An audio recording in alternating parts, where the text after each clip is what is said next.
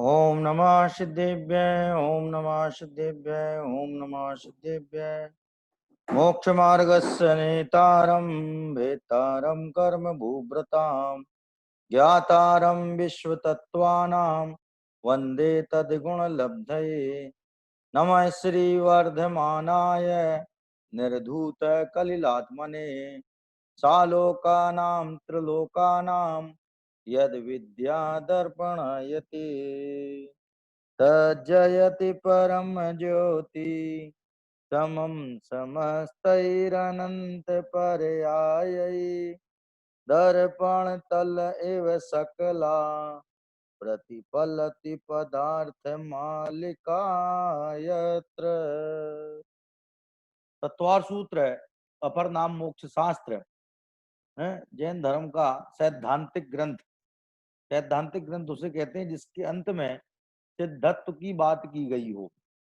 तो तत्वार सूत्र इस परिभाषा के हिसाब से पूर्णतया सैद्धांतिक ग्रंथ है, क्योंकि इसके अंत में मोक्ष अधिकार है और मोक्ष अधिकार की वजह से ही इसका दूसरा नाम मोक्ष शास्त्र भी प्रचलित है। माने मोक्ष शास्त्र के नाम पर यदि किसी से भी मोक्ष शास्त्र शब्द कहें तो उसके जहन में केवल तत्वार सूत्र ही आता है। माने तत्वार सूत्र ही मोक्ष शास्त्र के नाम से पूरे जैन वांग्मय में प्रसिद्ध है। और ये तत्वार सूत्र ग्रंथ आचार्य उमा स्वामी द्वारा विरचित, जो कि आचार्य कुंद कुंद स्वामी के पट्ट शिष्य थे।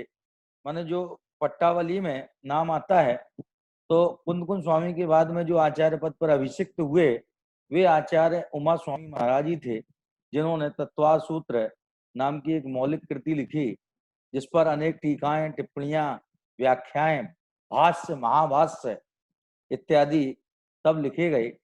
और जिसको बार बार पढ़ने पर ये लगता है जैसे कुछ नया पढ़ा जा रहा है, नया पढ़ा जा रहा है।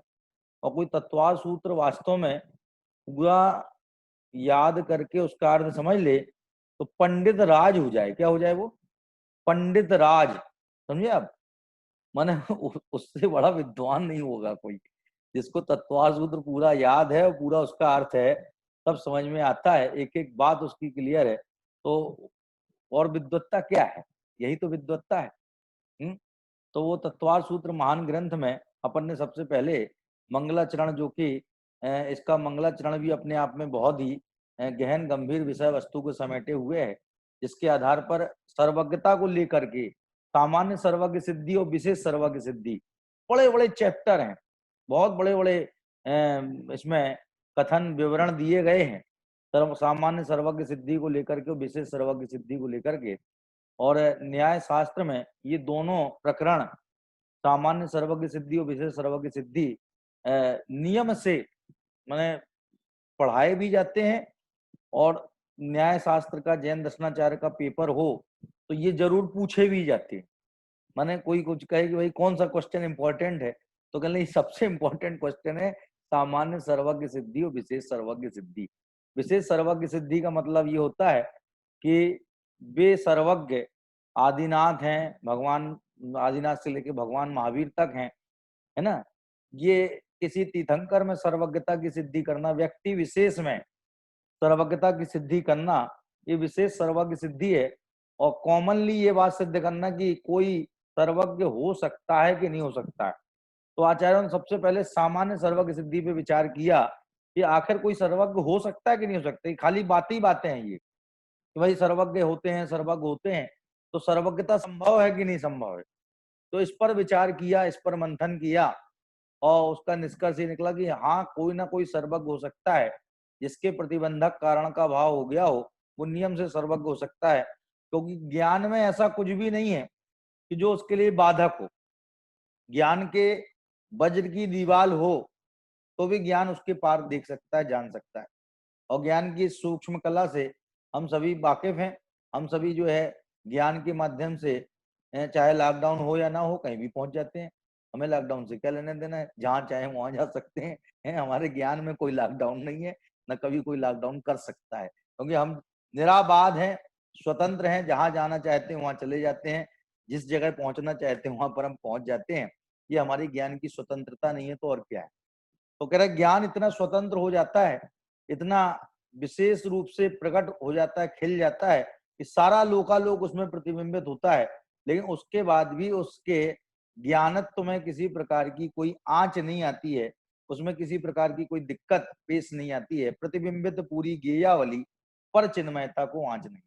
तो सर्वज्ञता को लेकर के, आगमेसी हितोपदेशिता को लेकर के और वीतरागता को लेकर के अनेक विवरण जो है शास्त्रों में उपलब्ध होते हैं। इसलिए इस जो मंगलाचरण, इस तत्वासूत्र ग्रंथ का मंगलाचरण है, ये मंगलाचरण बहुत ही व्यापक अर्थ को समेटे हुए। माने आप सोच लीजिए, इस एक मंगलाचरण पर 114 श्लोक आप्त मीमांसा के नाम से लिखे गए, जिसको देवागम स्तोत्र कहा जाता है, जो कि समंत भद्र स्वामी ने लिखा। इसके बाद में 800 श्लोक इसी मंगलाचरण पर, इसी मंगलाचरण पर जो 114 श्लोक लिखे गए, तो 114 पर 800 श्लोक प्रमाण गद्य टीका, जिसका नाम अष्टसती, जो आचार्य भट्ट कलंक देव ने लिखी। और इसके बाद में उसी अष्टसती को आधार बना करके आचार्य विद्यानंद स्वामी ने अष्ट सहस्त्री, क्या, जो अपने द्वितीय राष्ट्रपति से डॉक्टर राधाकृष्णन, डॉक्टर राधाकृष्णन अपने द्वितीय राष्ट्रपति रहे। वो बहुत बड़े दार्शनिक भी थे, भारतीय दर्शन के, भारतीय वांग्मय के बहुत ही बड़े ज्ञाता भी थे वो। तो उन्होंने ये बात लिखी है कि यदि कोई अष्ट सहस्त्री को पढ़ ले, अष्ट सहस्त्री के लिए उनकी टिप्पणी है, कमेंट्री है, कि जो अष्ट सहस्त्री को पढ़ लेगा उसे अन्य किसी शास्त्र को और भारतीय षड दर्शन को समझने की जरूरत नहीं है, क्योंकि यत्र इह अस्ति तत्र अन्यत्रपि, यत्र इह यत यह इह नास्ति तत्र अन्यदपि। क्या मतलब कि जो बात यहाँ आपको मिलेगी वही बाहर भी मिल जाएगी, और जो यहाँ नहीं मिलेगी वो कहीं नहीं मिलेगी। क्या कहा उन्होंने? यद ही अस्ति तद अन्यत्रपि, अन्यत्रपि, और यद ही नास्ति तत्र अन्यत्रपि, तद अन्यत्रपि। तो वो कह रहे जो बात यहाँ उपलब्ध है, माने अष्टसहस्त्री ग्रंथ में जो चीज है वही चीज आपको बाहर भी मिलेगी, वही कथन बाहर भी मिल सकता है। लेकिन यदि अष्टसहस्त्री में कोई कथन छूट गया है तो वो बाहर कहीं नहीं मिलेगा। माने अष्टसहस्त्री ग्रंथ का इतनी महिमा उनके चित्त में थी, और उन्होंने लिखा कि अष्ट सहस्त्री को पढ़ने के बाद अन्य शास्त्रों को पढ़ने का कोई प्रयोजन नहीं रहता। और अष्ट सहस्त्री है क्या? अष्ट सहस्त्री जो है वो इसी एक मंगलाचरण का विस्तारित रूप है। तो अब आप सोचो जरा, 8000 प्लस 800 कितने हो गए? 8800, और फिर 114 और एक मंगलाचरण ये 115, तो कितने हो गए? 8915। माने एक श्लोक का विस्तार 8914 श्लोकों में हुआ। इससे हम समझ सकते हैं कि ये श्लोक कितना गहन गंभीर विषय वस्तु को अपने में समेटे है, जिसमें सामान्य तौर पर तो ये बात कही गई है कि जो मोक्ष मार्ग के नेता हैं, विश्व तत्व के ज्ञाता हैं और कर्म रूपी पर्वतों के भेदता हैं, मैं उनके इन गुणों की प्राप्ति के लिए, मैं उनको इन गुणों की प्राप्ति के लिए वंदन करता हूँ। और इन तीनों गुणों को उन्होंने वीतरागता, सर्वज्ञता और हितोपदेशिता के रूप में यहाँ पर व्याख्यायित किया।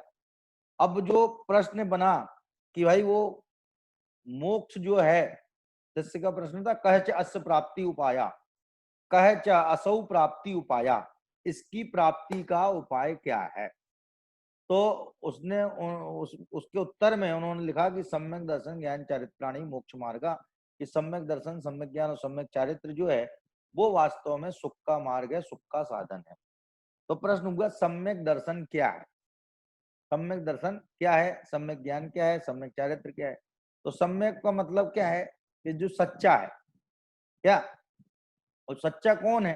कि जो अपने लिए अच्छा है वही सच्चा है। क्या? जो अपने लिए अच्छा है, सुखकारी है, सुखदायी है, वो ही अपने लिए सच्चा है। क्या? सत्य की परिभाषा सत्यम शिवम सुंदरम, कि सत्य को कल्याणकारी होना चाहिए और सत्य को सुंदर भी होना चाहिए। क्या? जो कुरूप सत्य है, क्या, जो बीभत्स सत्य है, जो घृणास्पद सत्य है, उसके लिए तो मनाही है। यद्यपि सत्यम लोक विरुद्धम ना करणीयम ना चरणीयम, लेकिन वो कह रहे सत्य ऐसा नहीं है। सत्य जो है वो अत्यंत सुंदर है, अत्यंत शिवदायी माने कल्याणकारी है, और सत्ता स्वरूप है। सत्ता माने हयाती, सत्ता माने उपस्थिति, सत्ता माने मौजूदगी, सत्ता माने त्रिकाल विद्यमानता, किसी पदार्थ की त्रिकाल मौजूदगी का नाम उसकी सत्ता है। तो ये जो सत्ता है ये सत्य है, और सत्य सुंदर है, सत्य जो है कल्याणकारी है। तो कहने लगे अपने अपने लिए अपना सत्य, क्या अपने लिए अपना सत्य, जो अपन है वो अपने लिए सत्य है, और जो दूसरे हैं वो दूसरों के लिए सत्य है। माने अपनी सत्ता का सुख हम भोगते हैं और दूसरों की सत्ता का सुख वो भोगते हैं। जैसे एक सिद्ध भगवान है, एक सिद्ध भगवान में अनंत सिद्ध भगवान विराजमान है, एक सिद्ध माही अनंत सिद्ध राजे। दरअसल वो क्या है, 45 लाख योजन की सिद्धशिला है। सिद्धशिला की कुल विस्तार कितना है, ये 45 लाख योजन का विस्तार है। अब उसमें अनंत काल से अनंत सिद्ध हो रहे हैं। आज भी 6 महीने 8 समय में 608 जीव 2.5 दीप से निरंतर मोक्ष जा रहे हैं। दमादम मोक्ष जाते जा रहे हैं, जाते जा रहे हैं, जाते जा रहे हैं।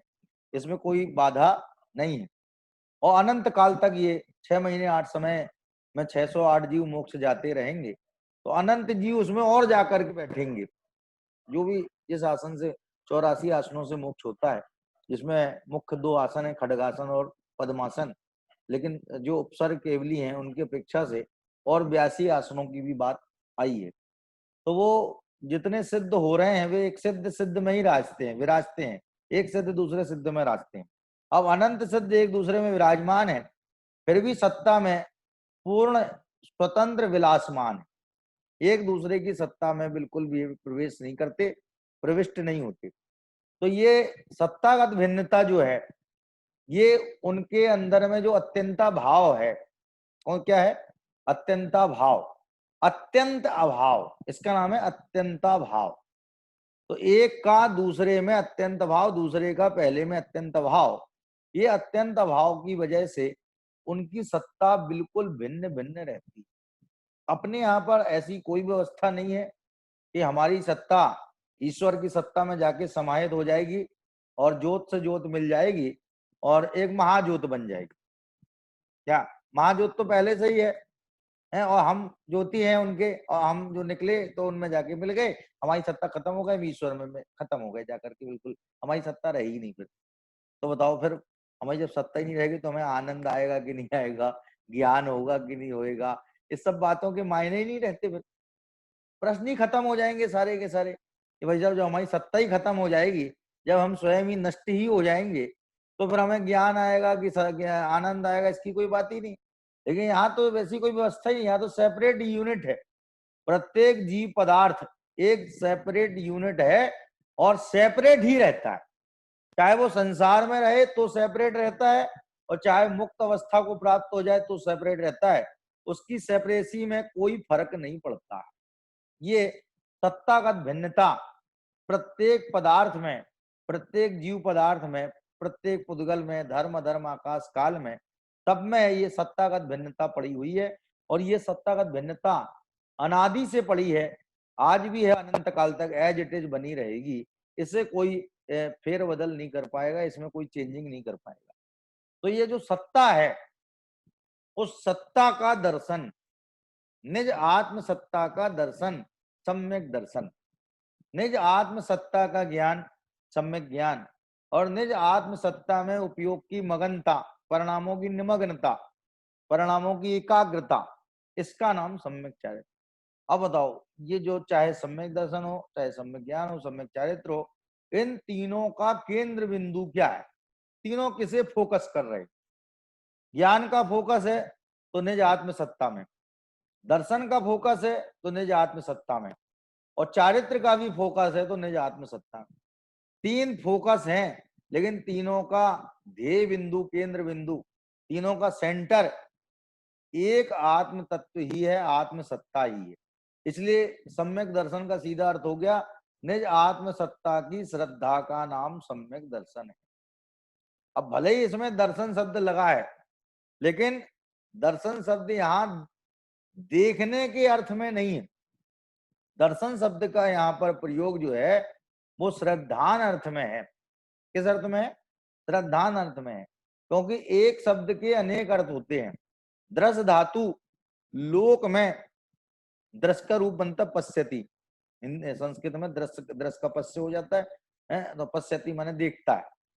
तो लोक में दृश्य का अर्थ देखना होता है, लेकिन चूंकि यहाँ मोक्ष मार्ग का प्रकरण है, इसलिए यहाँ इंद्रियों से देखने का कोई औचित्य नहीं है, इंद्रियों से देखने का कोई मतलब ही नहीं है, बल्कि आंख आदि को बंद करने पर, माने इंद्रियों से काम लेना बंद करने पर आत्म दर्शन होता है। यदि हम इंद्रियों से काम लेना चालू रखेंगे और ये सोचें कि हमें आत्म दर्शन हो जाए और बाहर भी हम देखते रहे, अंदर भी देखते रहे, 50-50 हो जाए, 50% बाहर देखें, 50% अंदर देखें, तो ये अपने 50-50 वाले कोई ये समझौता नहीं है। ये समझौता नहीं है कि स्वद्रव परद्रव के बीच में एक समझौता हो गया कि भाई साहब थोड़ा तो स्व को देखा जाएगा, थोड़ा पर को देखा जाएगा और इस तरह से गाड़ी चलती रहेगी। कहले नहीं, गाड़ी नहीं चलेगी, गाड़ी एक ही दिशा में चलती है, चाहे आगे चले तो पूरी आगे ही आगे चलती है और पीछे चले तो पूरी पीछे पीछे चलती है। आधी गाड़ी आगे चले, आधी गाड़ी पीछे चले, ऐसी कोई गाड़ी नहीं बनी, विश्व में कभी बनी नहीं है, बन नहीं सकती है। तो वो कह रहे हैं कि ये जो सम्यक दर्शन है, ये दर्शन शब्द का मतलब श्रद्धान है, श्रद्धान। यदि दर्शन शब्द का मतलब देखना लेंगे तो चक्षु आदि से देखना भी सम्यक दर्शन कहलाएगा, तो चार इंद्रिय जीव को भी सम्यक दर्शन हो जाएगा। फिर ये चार इंद्रिय जीव के बाद चक्षु इंद्रिय तो है ही, तो वो भी सम्यक दृष्टि है, क्योंकि भाई साहब वो भी अच्छी तरह से देखता है, चश्मा नहीं लगाता है, वो अच्छी तरह से देखता है, उसको कोई दिक्कत नहीं है देखने में। तो बताइए वो सम्यक दृष्टि हो गया कि नहीं हो गया, बताइए। तो दर्शन का मतलब क्या लेना, श्रद्धान। अब देखने में न आत्मा के अनंत गुण दिखाई देने वाले हैं और न आत्मा के असंख्यात प्रदेश दिखाई देने वाले। आत्मानुभूति के काल में क्या आत्मा के अनंत गुणों के दर्शन होते हैं, क्या आत्मा के असंख्यात प्रदेशों के दर्शन होते हैं? कहने लगे नहीं होते, क्योंकि अनंत सिर्फ और सिर्फ केवल ज्ञान का विषय है और असंख्यात सिर्फ और सिर्फ अवधि ज्ञान का विषय है। अवधि ज्ञान के अलावा, माने केवल ज्ञान तो असंख्यात को जानते ही है, जब वो अनंत को जानता है तो असंख्यात को भी जानता है, लेकिन बाकी चार ज्ञान की अपेक्षा बात करें अपन, मति श्रुत अवधि मनय पर्याय, तो इन चार ज्ञानों में सिर्फ असंख्यात जो है वो अवधि ज्ञान का विषय है। और आत्मानुभूति जो है वो मति श्रुत ज्ञान है। आत्मानुभूति क्या है? श्रुत ज्ञान है। आत्मानुभूति श्रुत नयात्मिकाया, ज्ञानानुभूति श्रुत नयात्मिकाया, माने आत्मानुभूति श्रुत नयात्मक है, माने श्रुत ज्ञान में होती है। तो कहने लगे उसमें जो है श्रुत ज्ञान की पावर लिमिटेड है, सीमित है, और वो संख्यात से आगे नहीं बढ़ पाता है। द्वादशांग का ज्ञान हो जाएगा, जैसे श्रुत ज्ञान हो गया, जैसे हमारे गणधर स्वामी है, उनको द्वादशांग का ज्ञान हो गया। अब द्वादशांग का ज्ञान भी तो लिमिटेड है ना, द्वादश अंग का ज्ञान है, त्रयोदश अंग का नहीं है, चतुर्दश अंग का नहीं है, पंचदश अंग का नहीं है, षडदश अंग का नहीं है, 16 अंगों का नहीं है, 15 अंगों का नहीं है, उन्हें तो 12 अंगों का ज्ञान है, लिमिटेशन हो गई। तो श्रुत ज्ञान की लिमिट है और प्रदेश अनलिमिटेड है। क्या है? प्रदेश है असंख्यात, अनकाउंटेबल, क्या, और गुण है अनंत। तो अनंत गुणों को और असंख्यात प्रदेशों को इस सीमित श्रुत ज्ञान के द्वारा कैसे देखा जा सकता? तो कोई ये कहे नहीं साहब वो सम्यक दृष्टि लोग भी तो यही बोलते हैं कि आत्मा में असंख्यात प्रदेश होते हैं और आत्मा में अनंत गुण होते हैं, तो क्या वो बिना देखे बोलते हैं बात? तुमने देखी नहीं तो फिर कैसे बोल रहे हैं? पहले जैसे तुम बोल रहे हो, तुमने शास्त्र में देखा, शास्त्र में पढ़ा, और शास्त्र में देख करके पढ़ के बोल रहे हो, तो वो भी शास्त्र में देख करके पढ़ के बोलते हैं। और ये थोड़े कि वो आत्मा में असंख्यात प्रदेश गिन करके आए हैं तब कंफर्म किया, हाँ ये शास्त्र ने लिखा था बिल्कुल सही लिखा था, हमें आज पता लग गया, अनंत गुण हमने काउंट कर लिए। तो काउंट कर लिए तो अनंत कहाँ रहे फिर वो? जब तुमने काउंट कर लिए तो अनंत कहाँ रहे? इसका मतलब ही ये हो गया कि जिस व्यक्ति ने भी सम्यक दर्शन प्राप्त किया उसने अनंत गुणों को देखा नहीं, अनंत प्रदेशों को देखा नहीं, लेकिन उसे शास्त्र पर पक्की श्रद्धा है। सर्वज्ञता की सच्ची श्रद्धा भी सम्यक दर्शन से ही आती है, शास्त्र की पक्की श्रद्धा भी सम्यक दर्शन से ही आती है। क्या? जैसे मान लो किसी को पेट दर्द है, अब वो दूसरे को समझाए तो वो उसके समझ में नहीं आएगी कैसा दर्द होता है, पेट दर्द कैसा होता है। लेकिन जिस दिन उसे अपेंडिक्स का दर्द हो गया है, हार्निया का दर्द हो गया, तो वो कहता हाँ भैया वैसे ही दर्द होता है जैसा तुम्हें हुआ था, बिल्कुल हूबहू वैसे ही होता है। तो बताओ उसको हार्निया की श्रद्धा उसी दिन होगी कि नहीं होगी? अपेंडिक्स के दर्द की श्रद्धा उस दिन होगी कि नहीं होगी। तो जो जो बात अनुभूति का विषय है वो शब्दों में कैसे समा सकती है, वो कैसे आ सकती है? तो वो कह रहे ये चीज जो है अनुभूति में आती ही नहीं ना। ये अनंत गुणों का ज्ञान, अनंत गुणों का अखंड वेदन नहीं बोल रहा हूं मैं, बोल रहा हूं अनंत गुणों का ज्ञान, पृथक पृथक ज्ञान। देखो ज्ञान होता है सविकल्प, श्रद्धान होता है निर्विकल्प। सविकल्प निर्विकल्प क्या है? देखो भेद करके जानना यह है सविकल्पता, और अभेद रूप से महसूस करना इसका नाम है निर्विकल्पता। तो श्रद्धान जो है वो अभेद को ग्रहण करता है, अखंड को ग्रहण करता है, और ज्ञान जो है खंड खंड को ग्रहण करता है। ज्ञान सविकल्प होता है। अच्छा केवली भगवान है, केवल ज्ञान से लोकालोक को देख रहे हैं, जान रहे हैं, तो उनका ज्ञान निर्विकल्प है कि सविकल्प है? क्या जी, ये प्रश्न है हमारा आप लोगों के बीच में कि केवल ज्ञानी परमात्मा केवल ज्ञान से लोकालोक को देख रहे हैं, जान रहे हैं, केवल दर्शन से लोकालोक को देख रहे हैं, केवल ज्ञान से लोकालोक को जान रहे हैं, तो क्या ये माना जाए कि उनका ज्ञान सविकल्प है कि निर्विकल्प है? हाँ जी, अजय जी आपके कुछ कहना है इस बारे में? कोई आपके मन में है? अजय जी को अनम्यूट करो। हाँ, आवाज नहीं आ रही है अजय जी? आवाज नहीं आ रही है?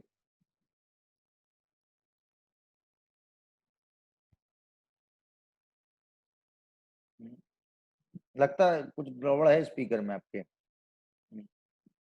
माइक में। नहीं आई, नहीं आई, आवाज नहीं आई। अच्छा कोई और है इस बारे में कुछ कहना चाहते हैं? मेरा प्रश्न ये है कि केवल ज्ञानी परमात्मा लोकालोक को केवल दर्शन से देखते हैं और केवल ज्ञान से जानते हैं, तो क्या ये मान लिया जाए कि केवल ज्ञानी का केवल ज्ञान सविकल्प है अथवा निर्विकल्प है?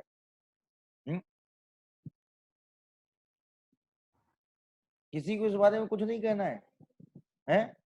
सरिता जी को कहना है। हाँ सरिता जी बताइए। निर्विकल्प।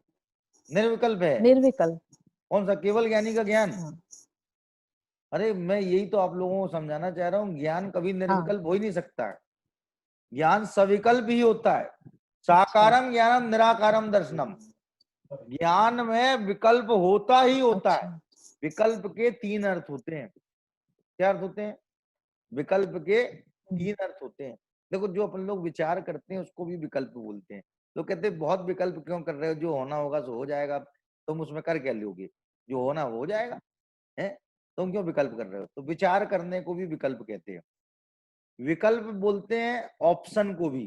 जैसे मतलब कोई और विकल्प है क्या, बताओ इसमें अल्टरनेट कोई है क्या? तो कोई दूसरे ऑप्शन को भी विकल्प बोलते हैं।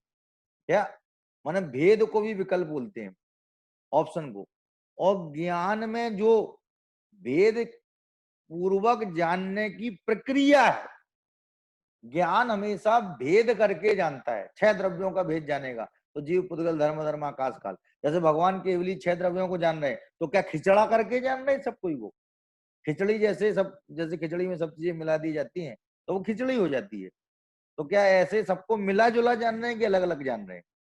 केवली भगवान तो भेद करके जान रहे हैं। इसलिए भेद करके जानना सविकल्प जानना है। क्या है ये? सविकल्प जानना। इसलिए ज्ञान का स्वरूप ही सविकल्प है।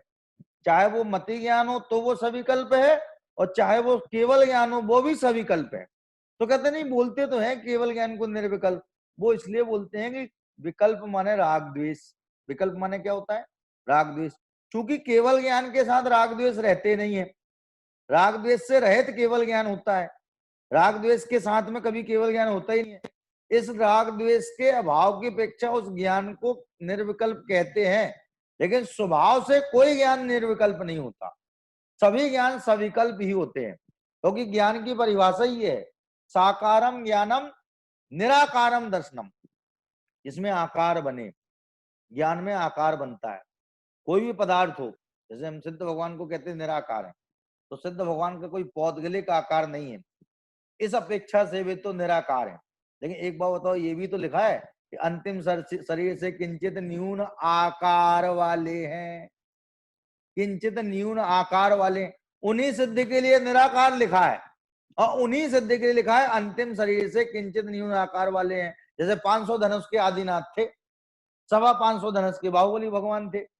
अब जब वे सिद्धत्व को प्राप्त हुए तो 525 धनुष में 124 माने 524 धनुष नहीं रह गए क्या, 525 ही धनुष रहे, वे 500 ही धनुष के रहे, किंचित न्यून लिखा है। तो बताओ आकार है कि नहीं? माने आकार बिना का कोई पदार्थ नहीं। आकार है व्यंजन पर्याय। आकार क्या है? पदार्थ के स्ट्रक्चर को, पदार्थ के संस्थान को क्या आकार कहते हैं। और कोई पदार्थ ऐसा नहीं है वो जो आकार से रहित हो। हवा भी होगी तो वो जहां होगी उस आकार की होगी। ट्यूब में भरी होगी ट्यूबाकार, टायर में भरी टायराकार, क्यों गुब्बारे में भरी गुब्बाराकार, मुंह में भरी तो मुंहाकार, पेट में भरी तो पेटाकार, जहां जहां हवा भरी है उस आकार की हवा कहलाएगी। तो वो कह रहे हैं कि आकार जो है प्रत्येक द्रव्य की व्यंजन पर्याय है, और जब वो पर्याय है तो बताओ ज्ञान में जानी जाएगी कि नहीं जानी जाएगी? और जिस रूप में उसी रूप में जानी जाएगी। तो आकार ज्ञान में जाना जाएगा, तो जब आकार जाना जाएगा तो ज्ञान साकार हो जाएगा। क्या हो जाएगा? ज्ञान निराकार रह ही नहीं सकता, क्योंकि उसमें कोई ना कोई आकार हमेशा बनता रहता है। क्या हम ऐसे ज्ञान की तलाश में हैं जिस ज्ञान में कोई आकार नहीं हो? ये हमारी तलाश कब पूरी होगी? कभी नहीं, क्योंकि हम ऐसे दर्पण की खोज में, ऐसे दर्पण को तलाशना चाहते हैं जिसमें कोई अक्ष ना हो, कोई बिंब ना हो, कोई आकार ना हो। तो बताओ ऐसा मिलेगा दर्पण? हम दर्पण लेने गए दुकान में तो सबसे पहले उसको देखा कि कैसा है, तो अपनी आकार झलकने लग गया, फिर धर दिया तो दुकान का आकार झलकने लग गया। ऐसा निराकार दर्पण जैसे किसी को किसी कीमत पर उपलब्ध नहीं है, उसी प्रकार निराकार ज्ञान भी नहीं है। ज्ञान हमेशा साकार ही होता है। क्या इसका नाम है? सम्यक ज्ञान। क्या ज्ञान जो है केवल ज्ञान को है साकार, इसलिए सविकल्प है। इसलिए कोई आपसे कहे कि ज्ञान केवल ज्ञान सविकल्प है कि निर्विकल्प है, तो उसका दो उत्तर होंगे कि कथनचित सविकल्प है, कथनचित निर्विकल्प। किसी अपेक्षा से सविकल्प है और किसी अपेक्षा से निर्विकल्प है। क्या जैसे व्यक्ति कौन है कि बाप है कि बेटा है? कि किसी अपेक्षा से बाप है, किसी अपेक्षा से बेटा है। अपने बाप का ये बेटा है और अपने बेटे का ये बाप है। एक बात बताओ कि ये बाप है कि बेटा है, दो बातें नहीं चलेंगी। कैसे नहीं चलेंगी? जब आदमी दो रूप है तो वो दो ही रूप तो कहा जाएगा। जैसे अपने बाप का बेटा है तो बेटे कहा जाएगा, और अपने बेटे का बाप है तो बाप ही कहा जाएगा। नहीं, आप बाप है वो बेटा नहीं हो सकता, बेटा है वो बाप नहीं हो सकता, कैसी बातें करते हो? कैसी बातें करते? जैसा है वैसा करते। तो कह रहे कोई ज्ञान जो है वो सविकल्प भी है, निर्विकल्प भी है, कि उसमें राग द्वेष के विकल्प गायब हो गए। वीतरागता संपन्न ज्ञान है, वीतरागता सहित ज्ञान है, तो वो निर्विकल्प ज्ञान कहलाएगा वीतरागता की अपेक्षा। लेकिन उसमें आकारों का बनना बंद हो गया। क्या लोकालोक के समस्त आकार, जितने आकार लोकालोक में है, वे समस्त आकार ज्ञान में बन रहे कि नहीं बन रहे? प्रति समय बन रहे हैं। वैसे वो द्वारका नगरी जल गई होगी, उन लोगों ने जलते हुए देखा होगा, लेकिन आज भी नेमिनाथ भगवान उस द्वारका नगरी को जलते हुए देख रहे हैं कि नहीं देख रहे हैं? अब तो जल गई ना, अब क्या जरूरत है देखने की? तो क्या जरूरत के हिसाब से देखते हैं क्या? केवल ज्ञानी क्या जरूरत के हिसाब से देखते हैं क्या? जरूरत के हिसाब से तो रागी द्वेषी देखते हैं। जरूरत नहीं होती है तो नहीं देखते हैं, जरूरत होती तो देखते हैं। लेकिन उन्हें तो राग द्वेष है ही नहीं ना। उनका तो ज्ञान निराबाध ज्ञान है, निरावरण ज्ञान है, समस्त आवरणों से रहित ज्ञान है। इसलिए उसमें समस्त लोकालोक एक साथ प्रतिबिंबित हो रहा है, दिखाई दे रहा है। तो वो जो ज्ञान है वो सम्यक ज्ञान है। वो कौन सा ज्ञान है? सम्यक ज्ञान। और उस सम्यक ज्ञान का कारण माने केवल ज्ञान का कारण आत्मज्ञान है। क्या पूजन में भी लिखा है, कर सीमित निज ज्ञान को प्रगटियो पूर्ण ज्ञान। सिमंदर भगवान की पूजन में जो स्थापना का छंद है उसमें लिखा है, भाव समुद्र समुद्र सीमित कियो सिमंदर भगवान, कर सीमित निज ज्ञान को प्रगटियो पूर्ण ज्ञान, प्रगटियो पूर्ण ज्ञान वीर दर्शन सुखधारी, समय सार अविकार विमल चैतन्य विहारी। क्या तो उसमें ये लिखा है कि आपने अपने ज्ञान को सीमित किया तो पूर्ण ज्ञान प्रकट हो गया। देखो पूर्ण ज्ञान प्रकट करने की सिर्फ एक ही टेक्निक है कि 5 इंद्रिय मन से उपयोग को हटा करके जहां से ज्ञान आ रहा है उसी ज्ञान स्वभाव में उपयोग को जोड़ दिया जाए तो क्या हो जाएगा, ये पूर्ण ज्ञान प्रकट हो जाएगा। और कोई प्रक्रिया नहीं। तो सम्यक ज्ञान माने सच्चा ज्ञान। और सच्चा कौन है, कि निज आत्म स्वभाव ही अपने लिए सच्चा है और अच्छा है। क्या, क्योंकि निज आत्म स्वभाव के अवलंबन से ही हमें सुख शांति की प्राप्ति हो सकती है, अदरवाइज नहीं हो सकती है। इसलिए निज आत्म सत्ता का ज्ञान सम्यक ज्ञान। और निज आत्म सत्ता में निमग्नता, किसकी निमग्नता, कि परिणामों की निमग्नता, प्राप्त उछलती हुई, क्या, प्राप्त उत्पन्न होती हुई हिलोरें लेती हुई पर्याय जो हैं उद्दीप्त होती हुई जो पर्याय हैं, उन पर्यायों का एकमात्र विषय क्या हो, कि स्वभाव हो और कोई पर द्रव्य ना हो। तो वो कह रहे हैं वो सम्यक चारित्र है। माने जितनी देर मुनिराज अपने स्वभाव में है वो उनका निश्चय सम्यक चारित्र है, और जितनी देर वो उपयोग बाहर आ गया उनका, वो उनका व्यवहार सम्यक चारित्र। दो प्रकार का सम्यक चारित्र है, जो कि मन वचन काय की प्रवृत्ति रूप है तो व्यवहार सम्यक चारित्र है, और जो आत्मा में निमग्नता रूप है, आत्मा में परिणामों की निमग्नता लीनता है, उसका नाम निश्चय सम्यक चारित्र है। और दोनों प्रकार का सम्यक चारित्र मुनराज के होता है, क्योंकि निश्चय पूर्वक व्यवहार होता है, व्यवहार पूर्वक निश्चय नहीं होता। क्या, निश्चय पूर्वक व्यवहार होता है। माने जो इंटरनल दवाइयां हैं, क्या, उसका नाम है निश्चय। जो एक्सटर्नल दवाइयां हैं उसका नाम है व्यवहार। क्या, एक्सटर्नल दवाई जो है वो खाई नहीं जाती और इंटरनल दवाई लगाई नहीं जाती। क्या नहीं, जैसे कोई दवाई डॉक्टर कहे तो भाई साहब इसको आपको खाना है, और हम उसको क्या करें, चूरा चूरा बना लें घर में आकर के, और पानी में लेप बना करके लेप पोत लें उसके शरीर को। तो बताओ वो दवाई असर करेगी क्या? उसमें साफ साफ लिखा है इंटरनल यूज ओनली, इसमें लिखा है एक्सटर्नल यूज ओनली। तो व्यवहार वाली जो दवा है वो एक्सटर्नल यूज की है, और निश्चय वाली दवा जो इंटरनल यूज की है। अब हम लगाने वाली दवाई को तो खाने लग जाएं और खाने वाली दवाई को लगाने लग जाएं, तो बताओ हमें फायदा होगा कि नहीं होगा? नुकसान होगा, फायदा थोड़ी होगा। तो कह रहे व्यवहार तो जो है बाहर से दिखाई देता है, बाहर से आरोपित होता है, और निश्चय जो है वो सोपज्ञ होता है, अंदर से ही निकलता है, अंदर से ही आता है। तो वो कह रहे अपने परिणामों में उपयोग की निमग्नता, ये निश्चय सम्यक चारित्र। और बाहर में जो मन वचन काय की शुभ प्रवृत्ति है, अशुभ नहीं, शुभ प्रवृत्ति, माने मन के शुभ विकल्प, वचनों से शुभ बोलना, काया से शुभ क्रियाएं करना, इन तीनों का एक नाम व्यवहार चारित्र। इसी प्रकार से सम्यक दर्शन में लगा लेना, ये निज आत्म स्वभाव की श्रद्धान, निज आत्म स्वभाव की श्रद्धा, ये निश्चय सम्यक दर्शन। और देव शास्त्र गुरु की श्रद्धा करना, स्वपर का 7 तत्वों की श्रद्धा करना, स्वपर का श्रद्धान करना, ये तीनों के तीनों व्यवहार सम्यक दर्शन। जिसमें देव शास्त्र गुरु की श्रद्धा करना ये उपचरित असदभूत व्यवहार का सम्यक दर्शन। कौन सा? उपचरित असदभूत व्यवहार न से सम्यक दर्शन। क्या, और 7 तत्वों का श्रद्धान करना और स्वपर का श्रद्धान करना, ये कहलाएगा उपचरित सद्भूत व्यवहार सम्यक दर्शन। कौन सा हो गया ये?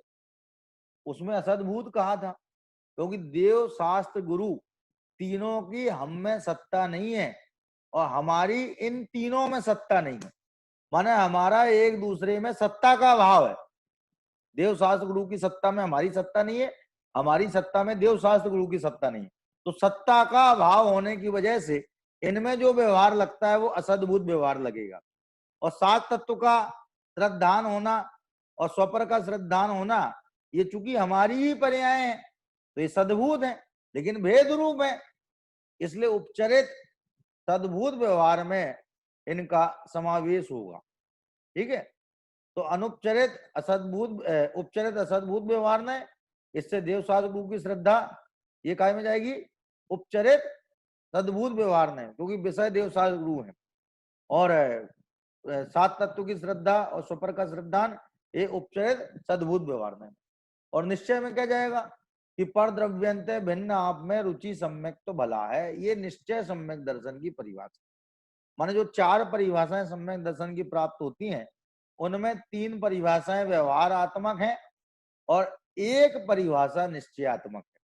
सच्चे देव शास्त्र गुरु का श्रद्धान होना ये व्यवहार परिभाषा है, चरणान युग की अपेक्षा से है, वर्तमान युग की अपेक्षा से है, और ये जो है 7 तत्व का श्रद्धान होना, स्वपर का श्रद्धान होना, ये जो है ये करणान युग की मुख्यता से इसमें जो है करणान युग की मुख्यता से। दरअसल इसमें क्या है कि देव शास्त्र गुरु की श्रद्धा, इसमें क्या चीज है, देव शास्त्र गुरु के प्रति जो भक्ति का परिणाम है, उस भक्ति के परिणाम को सम्यक दर्शन कहा जा रहा है।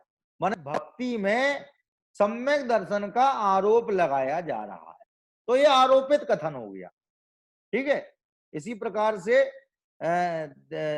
जो है 7 तत्व का श्रद्धान, तो 7 तत्व का जो ज्ञान हुआ, उस ज्ञान में श्रद्धान का आरोप लगाया, इसलिए ये भी आरोपित कथन हो गया। और स्वपर का श्रद्धान, तो इसमें स्व और पर का भेद खड़ा कर दिया, माने स्व और पर का भिन्न ज्ञान होना, तो यहां भी ज्ञान में श्रद्धान का आरोप लगाया गया, इसलिए ये भी आरोपित कथन हो गया। इस तरह से सम्यक दर्शन की 3 परिभाषाएं व्यवहार परिभाषाएं हैं, और निस्वभाव की निस्सत्ता का दर्शन, निस्सत्ता का विश्वास, निस्सत्ता का श्रद्धान, ये निश्चय परिभाषा। सम्यक दर्शन, सम्यक ज्ञान, सम्यक चारित्र, और ये तीनों मिलकर के मोक्ष मार्ग, अलग अलग मोक्ष मार्ग नहीं है, क्योंकि होते ही नहीं। अलग अलग हो तो किसी के कोई सम्यक दर्शन हो जाए और सम्यक ज्ञान ना हो, और सम्यक चारित्र भी ना हो, और किसी के सम्यक ज्ञान तो हो जाए और सम्यक दर्शन हो ही नहीं और सम्यक चारित्र भी नहीं हो, और कोई बोले हमें तो सम्यक चारित्र हो गया, जब वो नहीं गिलते क्या अक्षय निधि तंबूला, तो कहते हमारा सम्यक दर्शन हो गया, वो कहता हमारी लाइन सम्यक दर्शन वाली हो गई पूरी पूरी। पर दूसरा चला हमारे सम्यक ज्ञान हो गया है, तीसरा कहता हमारे तो सम्यक चारित्र हो गया, तो चौथा कहता हमें तो मोक्ष हो गया। हमारे तीनों हो गई है। हाँ भैया तुम आओ, तो वहां मोक्ष हो गया है। तो वहां तो तंबोला में अलग अलग होता है, लेकिन यहाँ अलग अलग नहीं होता। जब भी होगा तो एक साथ होगा, और नहीं होगा तो एक के भी नहीं होगा, एक भी नहीं होगा। इसलिए उन्होंने कहा कि तीनों मिलकर के मोक्ष मार्ग हैं, अलग अलग मोक्ष मार्ग नहीं है। इसी की विशेष चर्चा अपन जो है कल पुनः करेंगे। कल 9:15 बजे पुनः यहाँ पर उपस्थित होंगे। सादर जय जय।